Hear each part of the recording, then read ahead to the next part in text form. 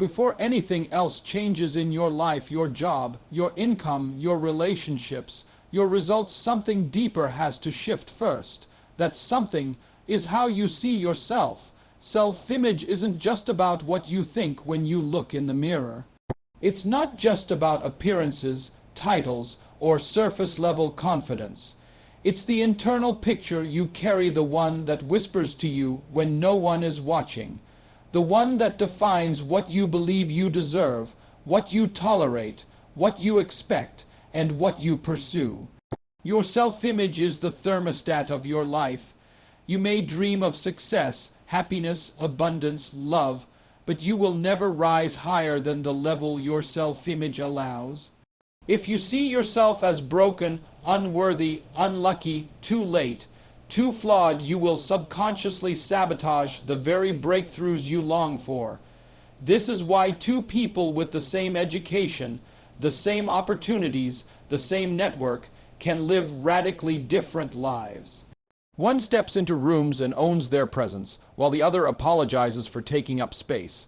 One sees a challenge and says, "I can figure this out," while the other sees the same challenge and says, "This must not be for me." The difference isn't talent. It's image, it's the inner frame. Your self-image is the filter through which you interpret life. When someone praises you, do you accept it or deflect it? When a door opens, do you walk through it or question if you belong?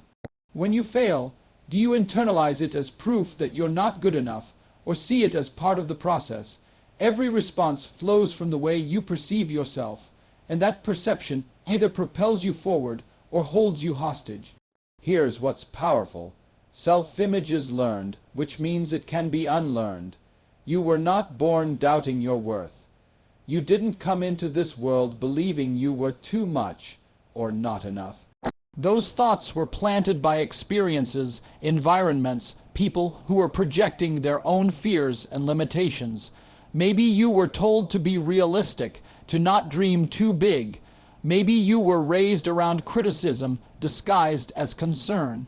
Maybe you were taught that humility meant shrinking, so you adopted a smaller version of yourself to survive. But survival isn't the goal anymore. In 2025, you are here to evolve. Changing your self-image isn't about fake confidence. It's not about walking around pretending to be fearless. It's about seeing yourself as someone who can adapt, who can learn, who can stretch. It's recognizing that your past is not your prison. It's about choosing to rewrite the mental script that plays in the background. The script that says, "I'm not ready." The script that says, "They're better than me." The script that says, "Why try when I've failed before?" To change your life, you don't start with goals. You start with identity. Who do you believe you are? Are you someone who follows through? Are you someone who creates value? Are you someone who deserves peace, fulfillment, and success? Most people never challenge the inner labels they've picked up along the way. They wear them like truth. I'm just bad with money. I always mess things up. I've never been good at relationships. But those are not facts. They're stories. Stories can be rewritten. The moment you decide to look at yourself through a new lens, one of possibility, strength, and progress, is the moment everything starts to shift. Your brain seeks to protect your identity more than it seeks to achieve your dreams. This means that if your identity isn't aligned with the future you want, you'll keep reverting back to what's familiar, even if it's painful. You'll self-sabotage, you'll delay. You'll stay stuck not because you're incapable, but because you haven't yet upgraded the image of who you believe you are. Reinvention doesn't start with what you do. It starts with what you believe you're worthy of. The world responds not to who you wish you were, but to who you decide you are. That decision happens in your mind long before it shows up in your reality. The conversations you have with yourself in the quiet moments, they become the architecture of your future. Speak to yourself like someone worth building. Show up for yourself like someone worthy of respect. The more you do this, the more your internal identity shifts, and once it shifts, your actions follow. Your energy shifts. Your posture, your tone, your expectations, your habits, they all rise to meet the new standard. Not because life suddenly got easier, but because you finally decided to see yourself through a lens of power instead of pain. Growth does not come with a permission slip. There won't be a round of applause when you decide to change. You won't get an invitation in the mail saying, "It's your time now." Most of the time, when it's time to evolve, the world won't be ready for it, but that's not your responsibility. You don't evolve for applause. You evolve because staying the same is more painful than breaking through. You don't need validation from people who are committed to remembering a past version of you. Some people will only know how to relate to you in the roles you've already outgrown: the quiet one, the people pleaser, the dependable one who never says no. The moment you shift, the moment you begin to change your mind, speak your truth, set boundaries, chase what sets your soul on fire, something happens: resistance. Not just from the outside, but from within. That voice, the one that says, "What will they think?" will try to pull you back into comfort. But growth and comfort don't live in the same room. There is no milestone you must reach before you are allowed to evolve. You don't need more experience. You don't need someone's permission or approval to grow, to pivot, to reimagine who you are becoming. You don't have to stay stuck in choices you made before you knew who you really were. The truth is, evolution is often uncomfortable for those who are committed to their version of your story, but their comfort is not your responsibility. Your purpose isn't to remain palatable to people who preferred you silent, small, or predictable. You might fear judgment, fear being misunderstood, fear walking alone for a while. That fear is real. But what's more dangerous than being judged is being trapped in a version of your life that no longer fits. What's more painful than being misunderstood is waking up every day knowing you betrayed your own becoming just to make others feel safe. Evolution requires honesty. It requires the courage to admit when something no longer aligns, even if it once did. Even if it made sense, even if it worked for a while, there's no shame in shedding layers that once served you. The shame is in pretending they still do. You are not selfish for choosing growth. You are not wrong for choosing peace. You are not arrogant for wanting more. Somewhere along the way, you might have been taught that wanting more was a sign of ingratitude, that reaching for the next level was a form of betrayal, that changing your mind meant you lacked direction. But that's not growth, that's guilt dressed up as loyalty. And loyalty to the past should never cost you your future. Evolution often begins with a whisper, a quiet dissatisfaction, a subtle knowing that what used to fulfill you no longer does. Maybe the work you once loved now drains you. Maybe the environments you tolerated now exhaust you. Maybe the identity you've worn no longer reflects your spirit. These are not signs that something's wrong with you. These are signs that you are expanding. Don't ignore that feeling just because it makes others uncomfortable. People will have opinions, they'll talk, they'll speculate. They might say you've changed, and they'll be right. That's the point. The goal is not to remain who you were, it's to become who you are meant to be. Your evolution is not a threat. It's a declaration that your life belongs to you, that your dreams don't need to fit inside anyone else's framework, that your healing, your voice, your time, your attention, all of it is yours to direct. The moment you stop waiting for someone to say go, everything changes. The door you were waiting for someone to open, it was never locked. You were just waiting for permission to turn the handle. The moment you decide you're allowed to grow, to speak, to shift, to rise, that's the moment you begin writing a new story. One that doesn't require anyone else to understand it before you live it. No one else has to believe in your vision for it to be valid. No one else has to approve of your transformation for it to matter. Growth doesn't require a consensus.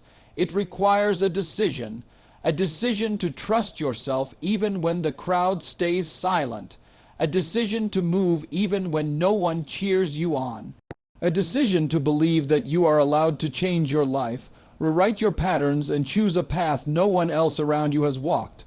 Fear is not the obstacle, it's the indicator. The feeling that tightens your chest, that whispers worst case scenarios into your mind, that tells you to wait, to shrink, to back off. That's not a signal to stop. That's a signal to pay attention. Because fear only shows up when something matters. It only visits when something is close to your edge. And the edge is exactly where transformation lies. Most people think fear means danger, that it means don't. But often, fear means this is unfamiliar, or this is where I grow. It's easy to move in directions where you feel no resistance, but those directions often keep you circling the same life. The moment you get close to something new, a bigger goal, a new chapter, a decision that demands more from you, fear shows up dressed in logic. It tells you to wait for the perfect time. It tells you to get more prepared. It sounds reasonable. But fear's voice is only loud when you're walking towards something that has the power to change you. Your body reacts to fear because it's designed to protect you. But the modern world isn't full of predators, it's full of pressure. Pressure to be accepted. Pressure to succeed. Pressure to not fail in front of people who are watching. So when you move towards something that could expose your imperfections, your brain panics. It confuses emotional risk with physical danger, and so it sends fear, not to stop you, but to warn you that you're about to step into something that will test the version of yourself you've outgrown. The truth is, everything you want lives just past the place where you feel afraid. Not because fear is some gatekeeper, but because fear and growth are inseparable. You can't separate your evolution from discomfort. You don't get to rise without being stretched. You don't get to become without first being challenged. Fear is not trying to ruin you. It's revealing to you where you still have work to do, where you still care, where you still have skin in the game. Think about this. You don't feel fear about things that don't matter to you. You don't feel fear when you're moving through the motions of a routine, predictable life. Fear appears when you care deeply about your success, your dreams, your art, your family, your truth. And the presence of that fear means you're getting closer to something meaningful. That means it's not a stop sign. It's a compass. The people who build extraordinary lives are not fearless. They are simply willing to listen to fear differently. Instead of interpreting it as a barrier, they interpret it as a clue. A message, a sign that says, you're onto something. They move forward with the fear in their chest. They take the step even when their voice shakes. They act not because they have no fear, but because what they want means more than their need to feel safe. The lie fear tells you is that staying still is safer, that holding back protects you, but the truth is, the cost of not trying is often heavier than the cost of failing. Regret doesn't come from action. It comes from wondering what could have been if you had trusted yourself. It comes from looking back and realizing fear made too many decisions for you. You were not meant to live a life dictated by what scares you.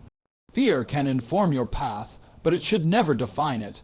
When fear shows up, it doesn't mean you're weak. It means you're awake. It means you're alive. It means you're aware of what's at stake. And that awareness is powerful because it gives you a choice. You can let fear sit in the driver's seat, or you can acknowledge it, thank it for showing you the direction, and move anyway. You won't always feel ready. That's not a requirement for growth. Sometimes you leap while still carrying your fear. Sometimes you move forward with your knees shaking, your heart pounding, your voice trembling. That's not failure. That's bravery in motion. That's what it looks like when someone refuses to let fear make their decisions. Fear can be your greatest teacher if you let it. Not the kind that yells, but the kind that shows you your deepest desires by guarding the door to them. The stronger the fear, the more potential sits behind it. When you learn to sit with it, to name it, to understand it without letting it drive your life, it becomes a compass that points to everything worth pursuing. There is a version of you the world hasn't seen yet, not because it doesn't exist, but because you've spent so much time trying to fix what was never broken. Somewhere along the way, you were convinced that being enough was a destination, that you had to become more, do more, prove more, look better, sound smarter, move faster to earn the right to feel worthy. But you are not a project to be completed. You are not a problem that needs to be solved. You were born whole, and everything since then has been a journey back to remembering that. The noise of the world will try to convince you otherwise. You'll see carefully curated lives on screens that make you question your own. You'll hear voices sometimes from the people closest to you asking why you aren't further, why you haven't achieved more, why you're not where they think you should be. And those voices can get loud. If you let them echo long enough, they start to sound like your own. That's how doubt sneaks in, not through logic, but repetition. You hear the same message over and over again until it settles in your bones. I'm not enough, not smart enough, not successful enough, not loved enough, not worthy enough. But that belief is not truth. It's programming. You were not born with shame. You were not born second, guessing your every move. Those were layers you picked up from environments that taught you to earn love rather than receive it freely. You internalized the idea that you had to qualify for acceptance, that your value depended on your achievements, your performance, your ability to meet expectations that were never yours to begin with. So you began performing instead of living, striving instead of being, hustling to be noticed when you were already whole. The idea that you must constantly improve yourself to be valid can become a quiet form of self-rejection. Growth is beautiful, but not because it makes you more worthy. Growth is powerful because it helps you express more of who you already are. You are not on a journey to become enough. You are on a journey to express the truth that you have always been. This shift in perspective changes everything.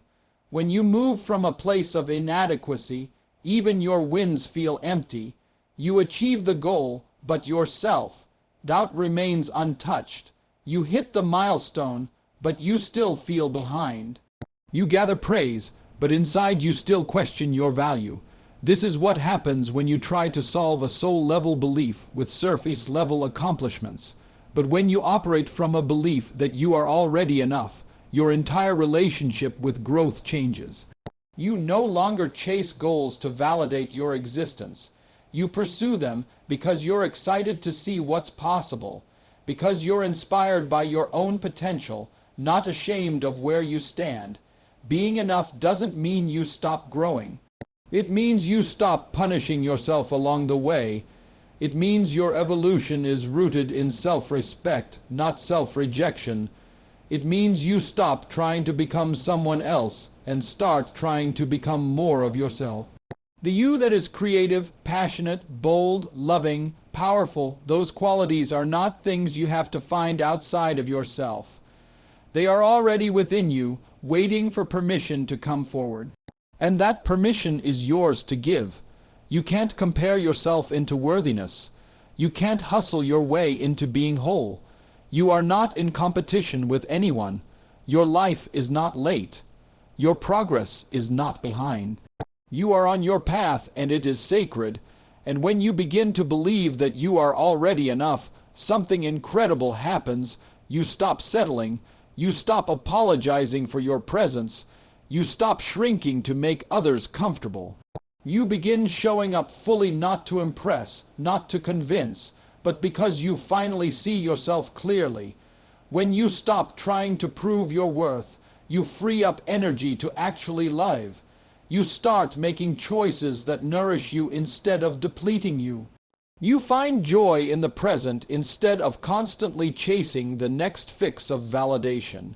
You develop standards rooted in self, love rather than fear of rejection. You build boundaries that protect your peace instead of trying to please everyone around you. Because when you know you are already enough, you stop negotiating your value for temporary approval. You realize you never had to earn what was already true about you. You were born with it. Nothing you've been through has taken it away. You've just been learning how to come back to it. Change doesn't always begin with a grand moment. Sometimes it starts in silence.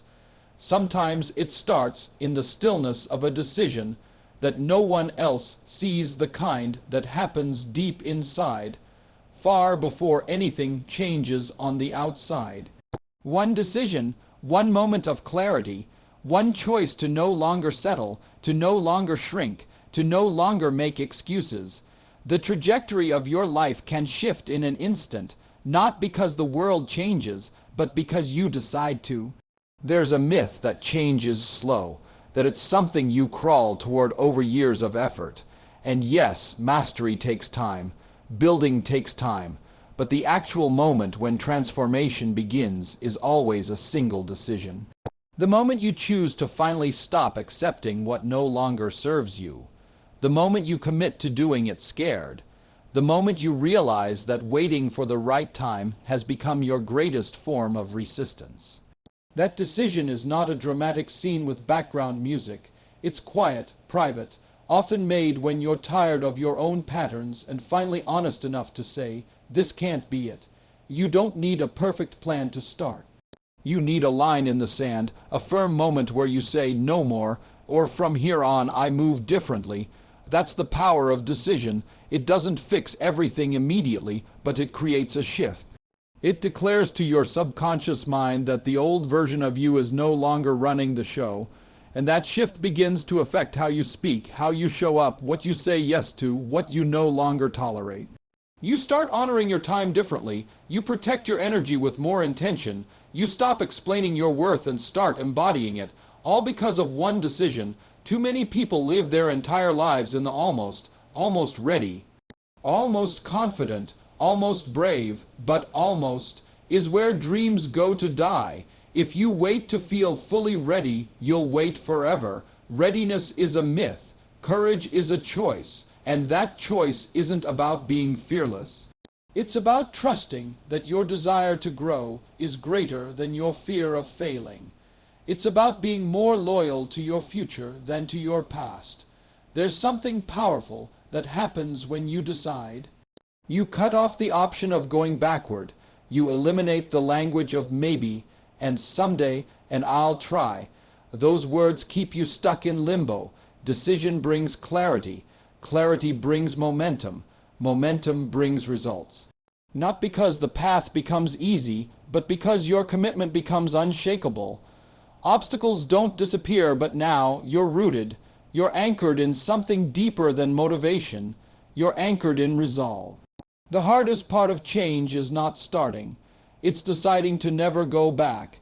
It's waking up every day and recommitting to the version of you that made that decision, even on days when you're tired, discouraged, or tempted to quit.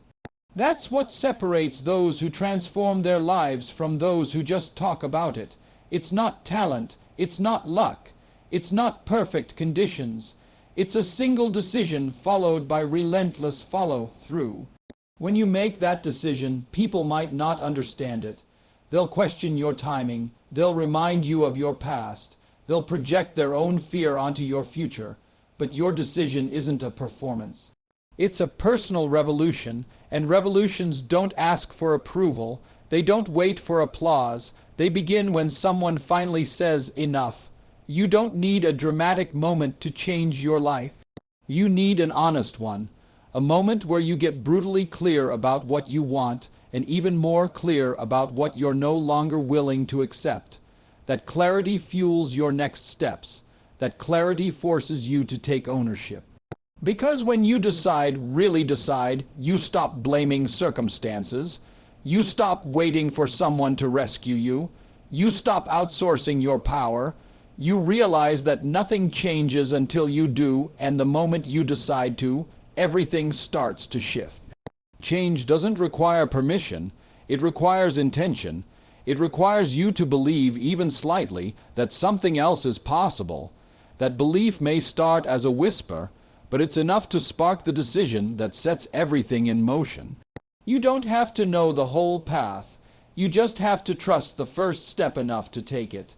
And when you do, the next one appears, and the next. And little by little, you find yourself living in a life you once only imagined. All because you made the choice to stop standing still and start moving forward. The version of you that 2025 is calling forward isn't found in the mirror. It's found in the choices you make when no one's watching. It's not about fixing yourself. It's about finally seeing yourself without the filter of fear, doubt, or delay. You've carried the weight of old stories long enough. Stories that said you're not ready, not worthy, not enough. But those stories were never yours to keep. This year is not about permission. It's not about waiting for the timing to be perfect or for someone to open a door. This year is about deciding to trust the whisper that keeps tugging at you. Deciding to believe that if fear shows up, it's because growth is near. Deciding that the life you want isn't just possible, it's available the moment you say yes to becoming who you were always meant to be. You are not behind, you are not broken, you are not too late, you are right on time, and the shift doesn't start with the world, it starts with how you see yourself, because when you change that, everything around you changes. The way you speak, the way you move, the way you stand, the way you live, in the end, your life will not be shaped by the chances you never got, but by the chances you never took. So this is your moment not to wait, not to wish, but to walk boldly into your next chapter.